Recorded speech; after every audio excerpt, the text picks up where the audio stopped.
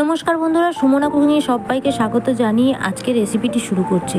আজকের রেসিপিটি একদম অন্যরকম, খেতে দারুণ একটা বড়ার রেসিপি, মাছের ডিমের বড়ার রেসিপি।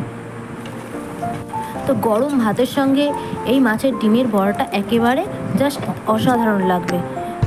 তো আমি এখানে মাছের ডিমগুলো নিয়ে নিয়েছি, আর মাছের ডিমগুলো ভালো করে হাত দিয়ে চটকে ভালো করে আমি এই যে গোটা গোটা এই যে হাতে যে অংশগুলো পড়ছে এগুলোকে আমি বাদ দিয়ে ভালো করে চটকে একেবারে পরিষ্কার করে নেব। তো মাছের ডিমগুলো আমি ভালো করে চটকে নিয়েছি, আর একটা পাত্রের মধ্যে আমি একটা আলু নিয়েছি, তার মধ্যে হলুদ গুঁড়ো আর গুঁড়ো লঙ্কা, নুন, আর আমি একটা কাঁচা লঙ্কা ভালো করে কুচিয়ে দিয়েছি। তো আমি আলুটা ভালো করে ম্যাশ করে নেব হাত দিয়ে,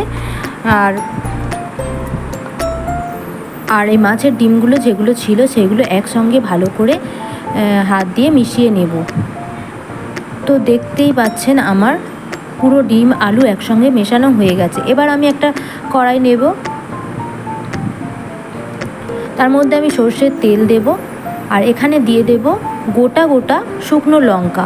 তো লঙ্কাগুলো ভালো করে ভাজা যখন হয়ে যাবে তখন আমি একটা মিডিয়াম সাইজের পেঁয়াজ ভালো করে কুচিয়ে রাখা আমি সব ঢেলে দিয়ে চারিদিকে খেলিয়ে দেব। এবার তার মধ্যে আমি ওই যে বড়াটা রেখেছিলাম সেইগুলো আমি দিয়ে দেব পেঁয়াজের উপরে। পেঁয়াজটা কাঁচা কাঁচা অবস্থায় দিতে হবে।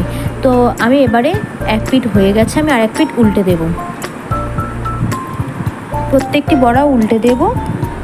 তো রেসিপিটি ভালো লাগলে লাইক, কমেন্ট, শেয়ার করবেন, আর নতুন বন্ধু হয়ে থাকলে অবশ্যই আমার চ্যানেলটিকে সাবস্ক্রাইব করবেন, আর বেল আইকন প্রেস করে দেবেন। আর কোথা থেকে দেখছেন আমার এই রেসিপিটি জানাতে একদম ভুলবেন না।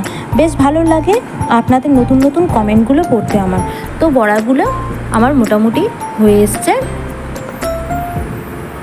আপনারা অবশ্যই এরকমভাবে বানিয়ে দেখতে পারেন, অসাধারণ লাগবে। তো বড়াগুলোকে আমি এক এক করে তুলে নেব। তো দেখতেই পাচ্ছেন কতটা লোভনীয় হয়ে গেছে বড়াগুলো, দুর্দান্ত খেতে হয়েছিল।